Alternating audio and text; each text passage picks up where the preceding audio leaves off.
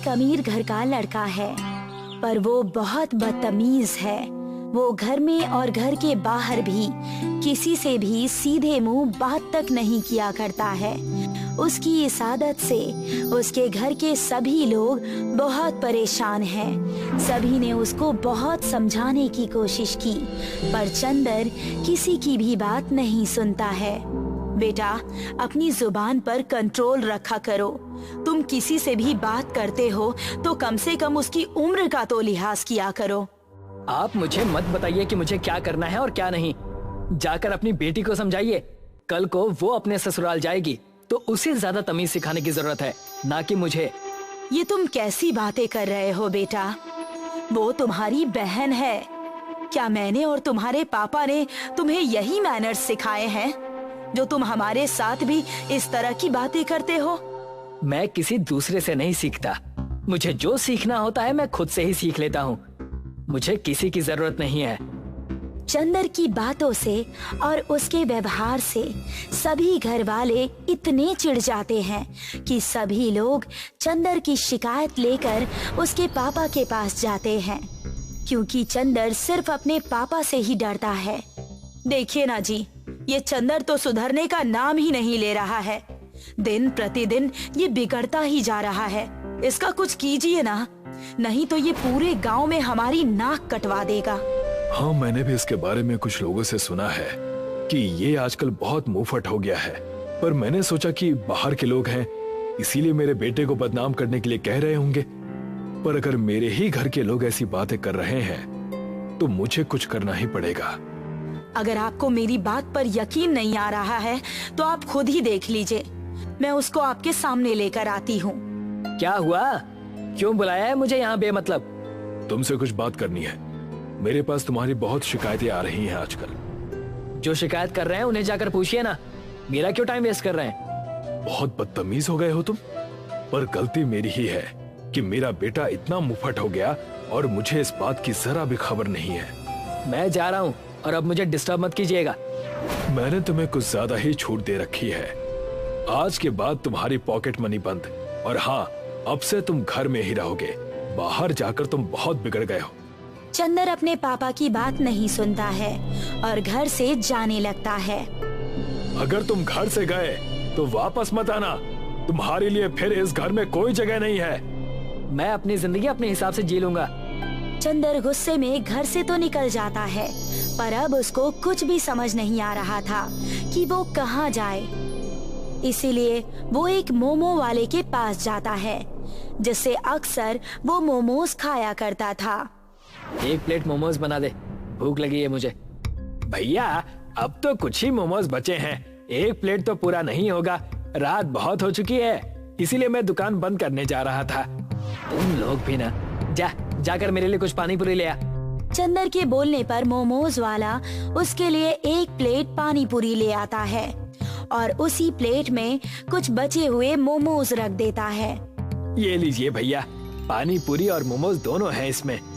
चंदर बुरे मन से उस प्लेट की तरफ देखता है।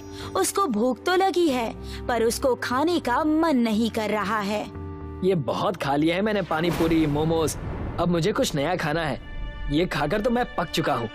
एक तो घर वालों की बकबक से मन भर गया और दूसरा ये सब खाकर। चंदर गुस्से में पानी पूरी के अंदर मोमोज भर देता है, जिससे मोमोज पानी पूरी के नमकीन पानी में घुल जाते हैं। ये ले, तू खा ले बेटा। क्या तू रोज रोज ये सब खा सकता है? आपने खुद ही मुझसे मोमोज मांगे और पानी पूरी लाने के लिए भी आपने ही कहा। अब आप मुझ पर कहाँ का गुस्सा निकाल रहे हैं? और ये खाने में क्या बुराई है? मोमोज वाला उस पानी पूरी के अंदर डाले हुए मोमोज को खाता है। उसको वो बहुत टेस्टी लगता है। ये तो आपने गुस्से गुस्से में कोई नई डिश बना दी। इसका टेस्ट तो बहुत ही अलग और अच्छा है। क्या सच कह रहा है? तब तो एक मैं भी ट्राई करूंगा। चंदर को भी उसका टेस्ट बहुत पसंद आता है। ये तो सच में बहुत टेस्टी है। मैं तो अब सभी मोमोज को पानी पूरी में डालकर ही खाऊंगा। चंदर इसी तरह से सारे मोमोज को पानी पूरी के अंदर डालकर खाता है। ठीक है भैया, अब चले जाइए। वैसे भी मैं अब दुकान बंद करने वाला हूँ। ऐसा है कि मुझे घर से निकाल दिया गया है। अब मैं भी यहीं तेरे साथ रहूंगा और कुछ काम करके खुद ही पैसे कमाऊंगा और अपने घर वालों को दिखाऊंगा कि उनकी मदद के बिना भी मैं अकेले रह सकता हूँ। चंदर अब उस मोमोज वाले के साथ ही मोमोज बेचने की सोचता है। भैया, मोमोज बेचकर तो इतनी भी कमाई नहीं होती कि मेरे घर का खर्चा ठीक से चल पाए। मैं आपको अपनी दुकान पर कैसे काम दे सकता हूँ? चंदर को पूरा विश्वास था कि मोमोज वाला उसको अपनी दुकान पर अपने साथ रख लेगा, पर अब वो थोड़ा घबरा गया था क्योंकि न उसके पास कोई काम था और न ही उसके पास अब रहने के लिए कोई घर था। चंदर को मोमोज वाले के बात पर बहुत गुस्सा आता है। तुझे क्या लगता है मैं कोई भिखारी हूँ जो तुझसे काम मांगने आया हूँ? अरे तेरे जैसों को तो मैं काम देता हूँ। आपके इसी व्यवहार की वजह से ही लोग आपको पसंद नहीं करते हैं। अगर आपका व्यवहार अच्छा होता तो मैं आपको जरूर अपने साथ काम पर रख लेता। मुझे तेरे काम की कोई जरूरत नहीं है। चंदर गुस्से में वहाँ से निकल जाता है और पानी पूरी वाले के पास जाता है और उससे काम की बात करता है। मुझे काम की जरूरत है, क्या तुम मुझे अपनी दुकान पर काम दे सकते हो? मेरी तो छोटी सी दुकान है भैया, मैं आपको कैसे काम पर रख सकता हूँ? अब चंदर को समझ आ गया था कि अगर उसने अभी भी अपना व्यवहार नहीं सुधारा तो उसको सड़क पर ही सोना पड़ सकता है। इसलिए वो प्यार से पानी पूरी वाले से बात करता है। देखो, मेरे पास एक आइडिया है जिससे हम लोग मिलकर बहुत सारे पैसे कमा सकते हैं, पर उसके लिए तुम्हें मेरे साथ मिलकर काम करना होगा। अगर हम साथ में मिलकर ज्यादा पैसे कमा सकते हैं तो मुझे कोई दिक्कत नहीं है। अब पानी पूरी वाला तो साथ में काम करने के लिए तैयार हो गया था, पर अभी भी चंदर को मोमोज वाले की भी जरूरत थी। इसलिए वो अपना गुस्सा शांत करके मोमोज वाले के पास जाता है और उसे सॉरी कहता है।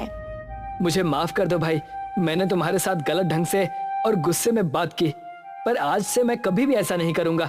और अगर तुम चाहते हो तो हम मिलकर साथ में काम करके ज्यादा पैसे कमा सकते हैं। कोई बात नहीं भैया, लेकिन जिस काम की आप बात कर रहे हैं वो काम है क्या? मैं सोच रहा हूँ कि हम मोमोज को पानी पूरी के अंदर डालकर बेचेंगे।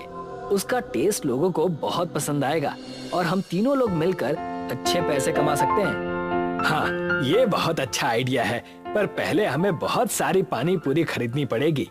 नहीं, इसकी कोई जरूरत नहीं है। मैंने पानी पूरी वाले से इस बारे में बात कर ली है और वो भी इसके लिए तैयार है। तब तो शुभ काम में देरी कैसी, हम तीनों लोग कल सुबह से ही ये काम शुरू कर देंगे। चंदर आज मोमोज वाले के साथ उसकी दुकान पर ही सो जाता है और सुबह उठकर दोनों लोग मिलकर मोमोज बनाते हैं। साथ ही पानी पूरी वाला भी पानी पूरी बनाकर तैयार रखता है। अब ये तीनों दुकान के बाहर एक बोर्ड लगाते हैं, मोमोज पानी पूरी वाले। अरे भैया, आपकी दुकान में मोमोज मिलता है या पानी पूरी? हम लोगों ने एक नई डिश बनाई है, मोमोज पानी पूरी। इसका स्वाद लाजवाब है। तो मैं एक बार जरूर ट्राई करूंगी। आप एक प्लेट मोमोज पानी पूरी दे दीजिए। चंदर और उसके दोस्त मिलकर अच्छे से एक प्लेट मोमोज पानी पूरी तैयार करते हैं। ये लीजिए आपकी मोमोज पानी पूरी। वो लड़की मोमोज पानी पूरी खाती है। ये तो आपने मुझे आज कुछ अलग ही डिश खिला दी। मेरी मम्मी को भी ये बहुत पसंद आएगा। आप एक प्लेट मेरे घर के लिए पैक कर दीजिए। चंदर एक प्लेट मोमोज पानी पूरी एक थैले में बांधकर उस लड़की को दे देता है। अब इसी तरह से बहुत सारे कस्टमर्स उनकी दुकान पर आते हैं, जिससे इन तीनों की एक ही दिन में बहुत सारी बिक्री हो जाती है। अगर हम मेहनत करेंगे और मीठी जुबान बोलेंगे तो हम कोई भी काम कर सकते हैं। अब मुझे ये बात समझ आ गई है। अब चंदर गुस्सा छोड़कर सभी से अच्छे से बात करता है और सभी लोगों को उसका ये बदला हुआ रूप बहुत अच्छा लगता है। कुछ दिन दुकान पर काम करने के बाद चंदर को अपने घर की याद आती है और वो अपने घर जाता है। कैसी हो माँ? मैं ठीक हूँ बेटा, तुम कहाँ चले गए थे? हम लोग बहुत ज्यादा परेशान हो गए थे। आज के बाद कोई तुम्हें कुछ नहीं बोलेगा, पर तुम घर छोड़कर मत जाना। हाँ, अब मैं सुधर गया हूँ माँ, और मैंने अपना खुद का काम भी शुरू कर दिया है। चंदर अब वो रहने के लिए अपने घर पर आता है। श्याम और रीमा पति पत्नी थे। दोनों अपने बच्चों के साथ मनाली में रहते थे। दिन में श्याम और रीमा मैगी बेचते और शाम होते ही दोनों मोमोज बेचना शुरू कर देते। उनके मोमोज का व्यापार खूब चलने लगा। जो लोग मनाली घूमने जाते वो जरूर उनके यहाँ मोमोज लेने चले जाते और बड़े चाव से खाते। लोगों को श्याम के मोमोज ज्यादा पसंद आते। रीमा की बनाई हुई मैगी कोई नहीं पूछता। इससे श्याम और रीमा में अनबन होने लगी। भाग्यवान, आज क्या बनाया है खाने में? वैसे तुम्हारे हाथ की मैगी खाए कई दिन हो गए हैं। जी ठीक कहते हैं आप, बना लीजिए मेरा मजाक। मैं तो हूँ ही इसी लायक। बाहर के लोगों को मेरी मैगी पसंद नहीं आ रही और ऊपर से आप भी शुरू हो गए। रीमा गुस्से से किचन में चली जाती है। एक दिन श्याम की दुकान पर एक आदमी आया और कहने लगा, भाई साहब, आपके मोमोज लाजवाब हैं।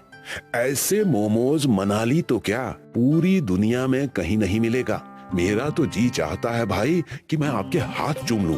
तारीफ सुने कई दिन हो गए थे, कहाँ जा पाए हैं। ये सारी चीजें सुन सुनकर थक गया हूँ मैं। कुछ नया बोलिए। बस ध्यान रखिएगा, आपकी सफलता चरम सीमा न छू ले। सफल हूँ इसलिए घमंड भी है। आदमी इतना कहकर वहाँ से चला जाता है। श्याम की सफलता को देखकर कई और लोगों ने वहाँ पर मोमोज का ठेला लगा दिया। लगता है हमारे व्यापार को किसी की नजर लग गई है। मैंने आपको कहा था ना, ज्यादा हवाबाजी मत कीजिए। देखिए, हमारा व्यापार देखकर ही कई लोगों ने मोमोज का ठेला खोल लिया है।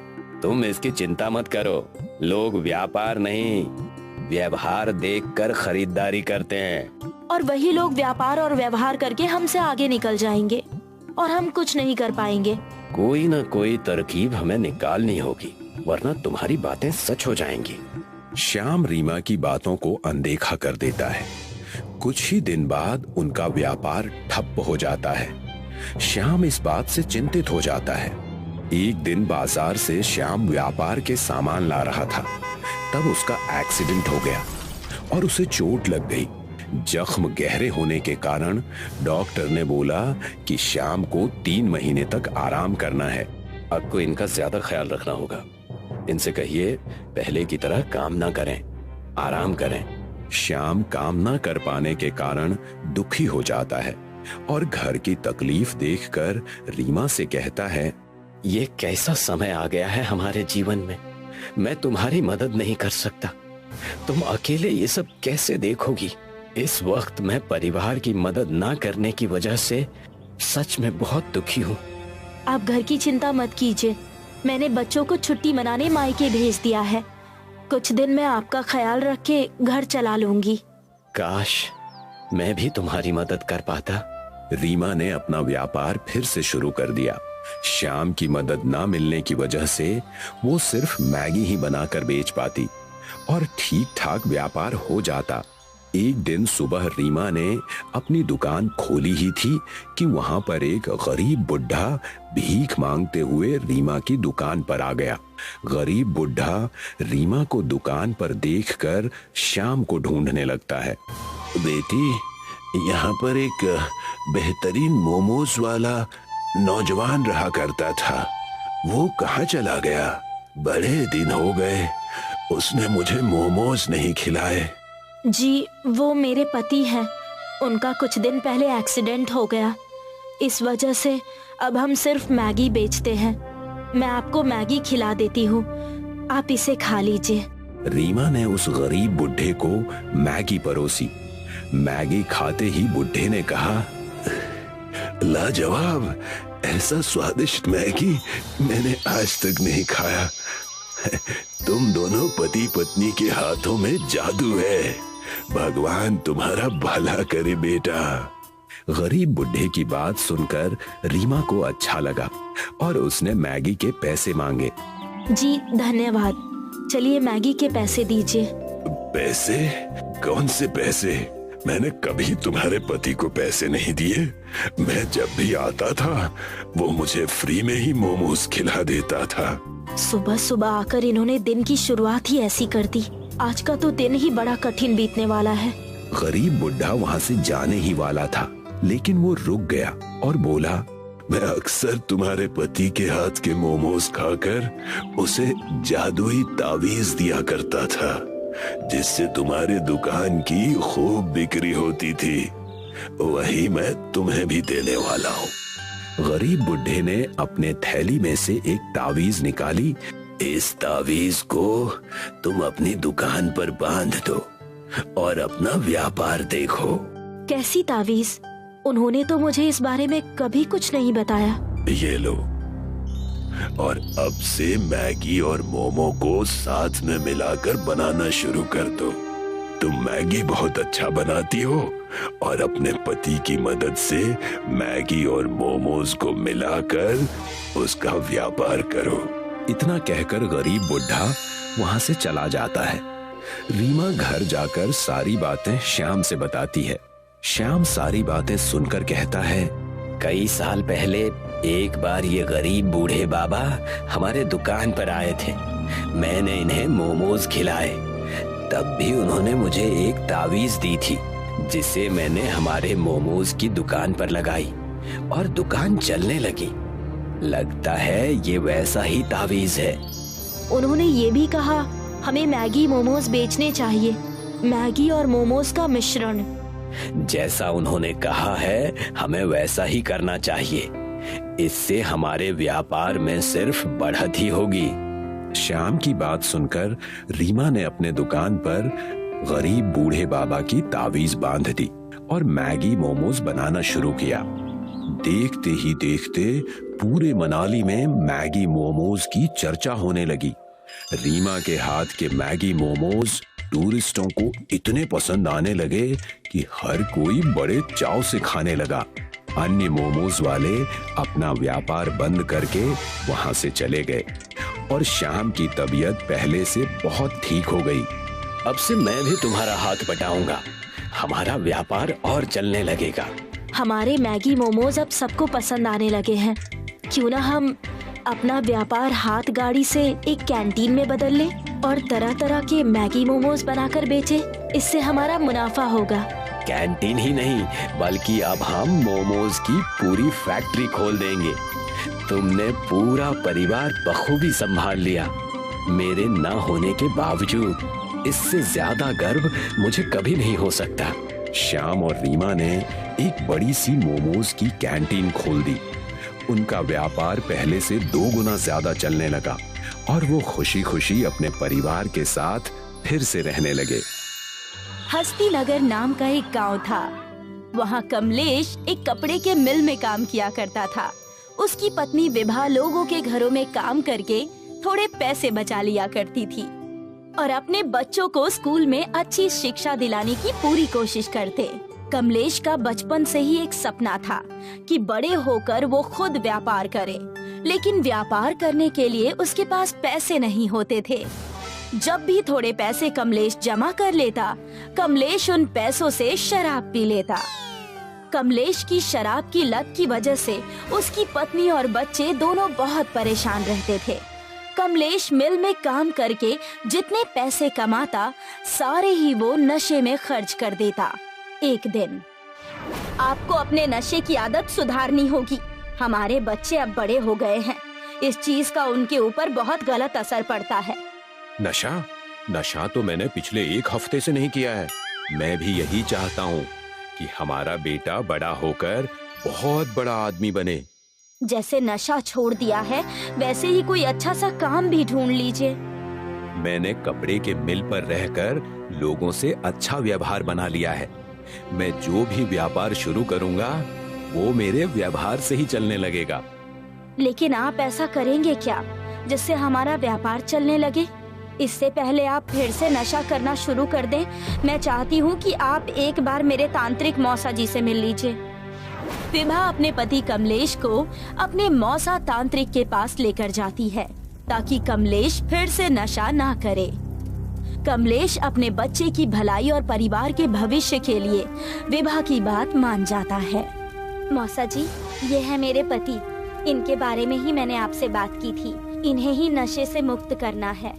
ओम ह्रीं क्लीं बागड़ बोल बागड़ बोल बागड़ बोल। हाँ विभा बेटा, मैं तुम्हारी सारी तकलीफ जानता हूँ। कमलेश को मैं ठीक कर दूंगा। लेकिन मैं पिछले कई हफ्तों से कोई नशा नहीं कर रहा हूँ। मुझे यहाँ से जाने दो।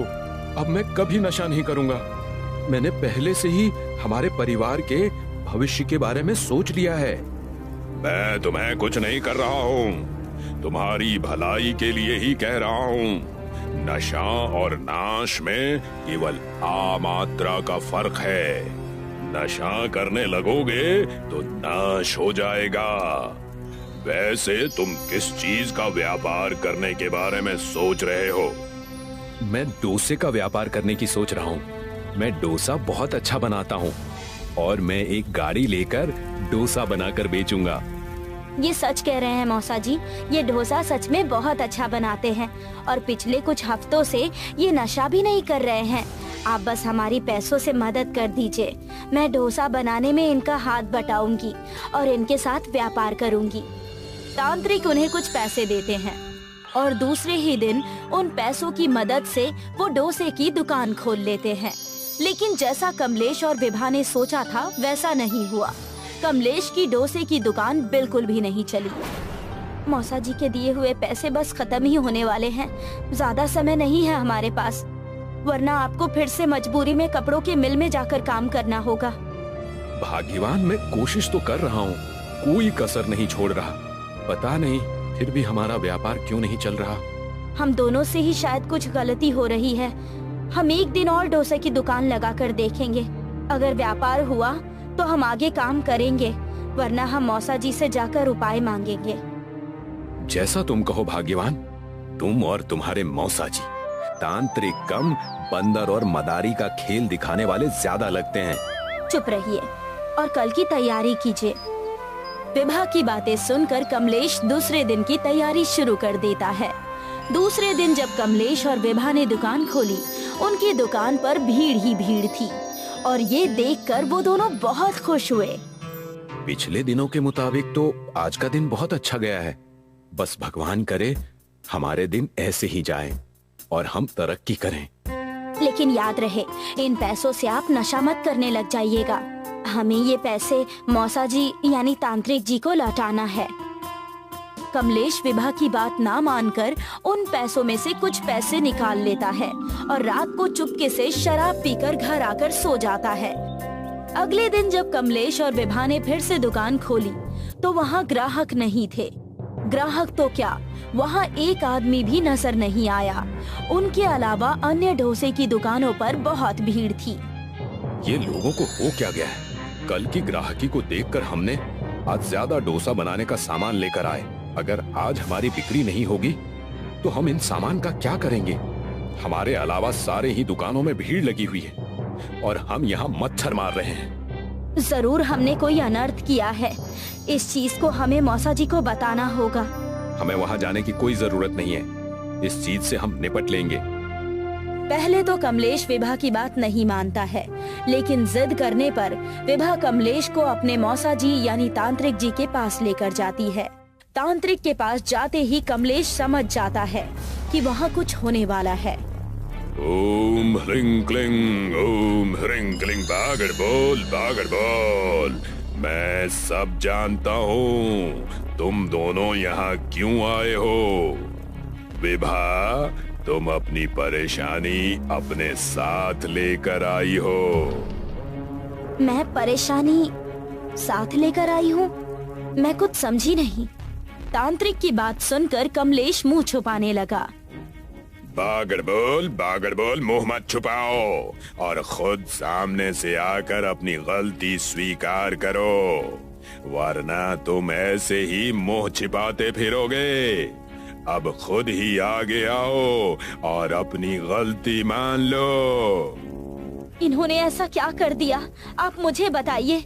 इनकी तो खैर नहीं, मैं इन्हें देख लूंगी। अगर तुमने पहले ही ध्यान दिया होता तो ये नौबत ही नहीं आती। मैंने तो ऐसा कुछ भी नहीं किया। मेरी कहीं भी कोई गलती नहीं है।